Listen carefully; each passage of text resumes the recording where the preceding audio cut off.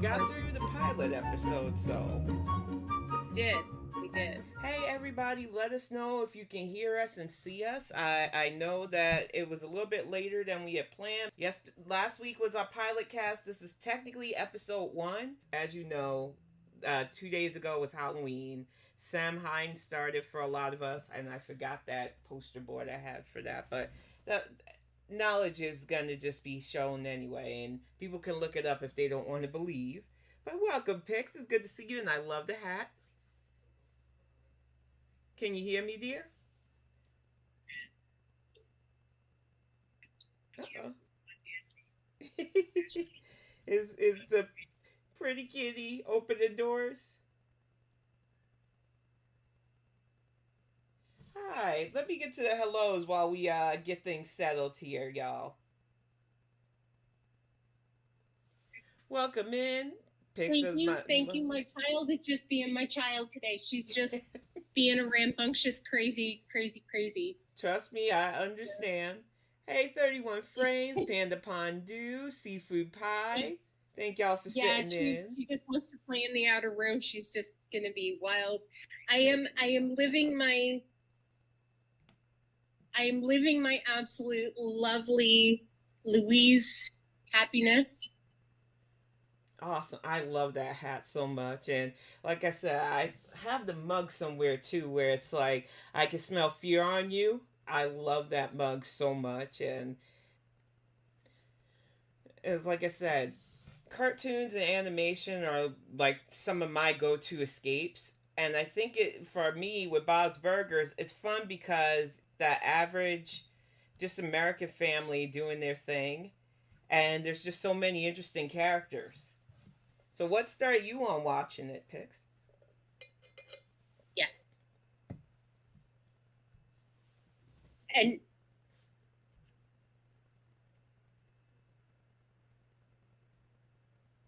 can you hear me, Pix?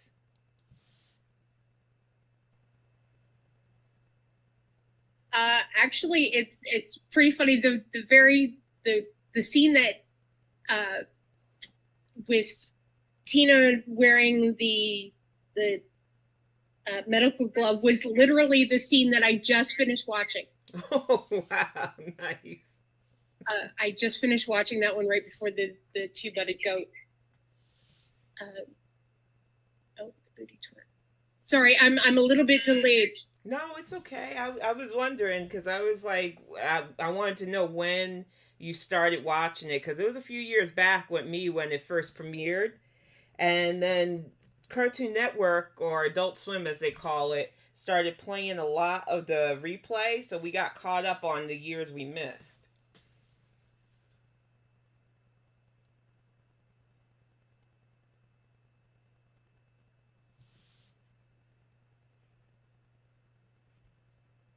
And let me know if we're still too low, Chad. I'm trying to turn up all the stuff, but I didn't want to get the echo that I got on Twitch.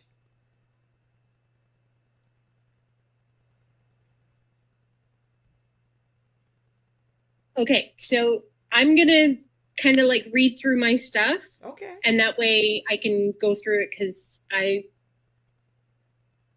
am a little bit time delayed, so. Yeah. I had to refresh because for some reason there is a bit of a delay from YouTube Studio from us being live too. So that doesn't help. My first episode ever was in 2015. And I'm going to turn myself down on this. The very first episode that I saw was episode 1 of season 6. Okay. And it was like the Officer Robo-Stash one, but it was like sliding bobs. Yeah. So it was a very interesting one because it was like what if it wasn't Bob that was the main character as the main protagonist. Yeah. And it was a very interesting one to start with. And it's my second favorite episode of all time. And because of that, I was like completely hooked and didn't know that it was season 6. And about halfway through that episode, I went, what is this show? And then I realized I need to look into this more and went, wait, these characters seem very developed. And the more I looked at this, I'm like looking into it more. I'm like, holy crap, these characters are like really developed. Yeah. And then I obviously like looked online and was like, this is season 6. Where have I been?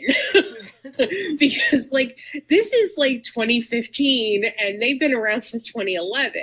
Yeah. So where have I been? Like, how have I missed all of this? And then I went back and I was like, okay, now I need to start from the very beginning. And at that point I was just completely hooked. So yeah, I realized very early on that I was just completely hooked. And there are absolutely, every single episode, there are things about it that I absolutely love. And every single character has poignant parts about them that I absolutely love about them. Like every single episode, there are certain ways that Bob says, oh my God. Oh my God. Every single episode. And it depends on who he's saying it to or in what way he's saying it. Sorry. Delivery? I was trying to figure out whether or not my ice maker was arriving. Okay.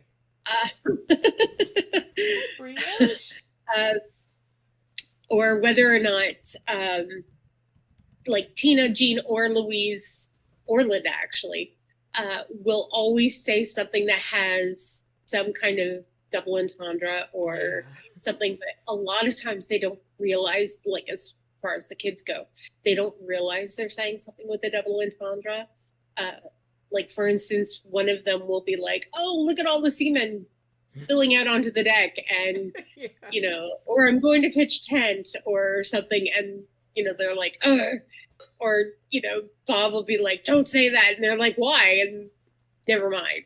And he doesn't want to have to explain himself, but like, or my favorite one of like that particular part is when Louise has to go, she's going to feed the sea predators, she's going to feed the sharks, and she has to poop and she can't poop, and she's like, it's fine, it's gonna be the size of me, but you know, yeah, I'll come home and I'll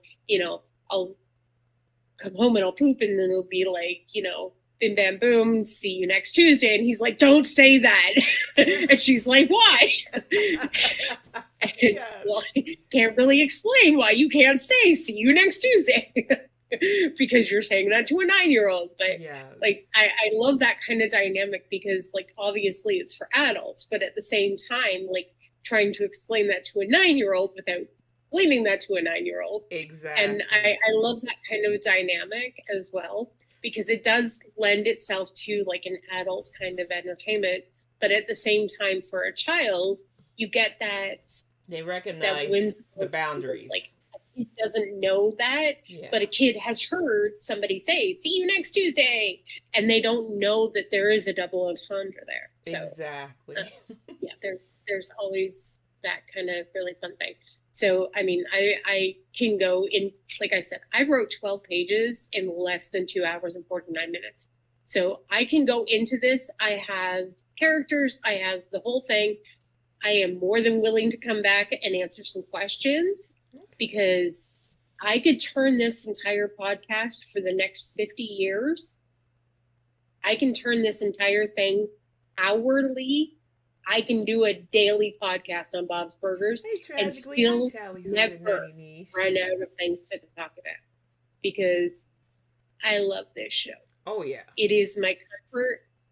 I can come back in a panic. I can come back in an anxious state. I can come back in whatever kind of day I have had. And it does not matter where I am mentally. I can put on an episode and it grounds me. It gets my neurospicy, in a calm state because it's familiar and it's safe and it's not like any other show that has been out there. Yeah. Because every other show takes something from me and I have to put something into it, whereas Bob's is a family member to me and I'm a family member to it because I've now given so much of my life to it and it's given so much to me that I feel safe with it. And I can put it on and I can crochet or I can game or I can Minecraft or I can do 1,000,005 other things.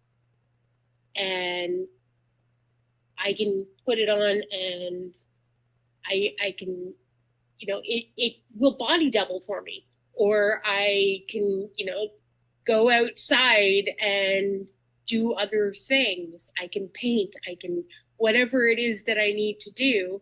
Hello, child. What would you like?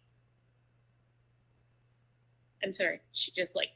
No, Hi. What would you like? we always love a Nala break, and it's like I said, I've been watching it since the pilot episode off and on, and then I do like block watching of the show.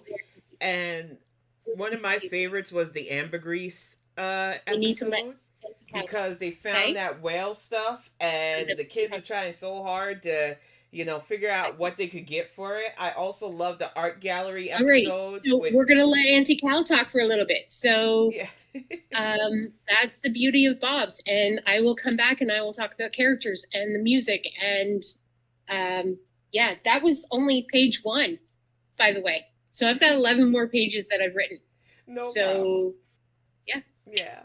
It's like I said, there was the ambergris episode, there was the museum episode with the painting of the butts. Okay. But Pix, I just want to hear what you think about a lot of these characters.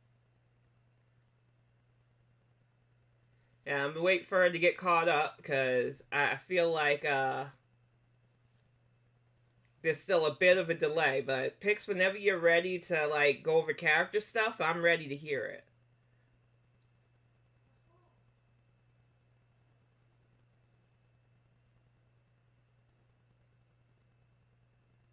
You okay, Pix? Okay, so as far as the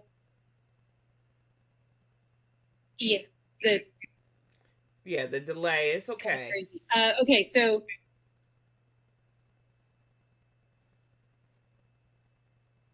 as far as Louise go, I'm gonna start with Louise because the family works best because they're really strong.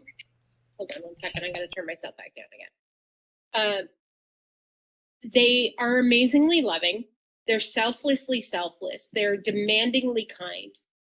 They are, in Louise's case, maliciously sweet. Hi. Is it all about you today? Okay. Hey, Nala, sweetie.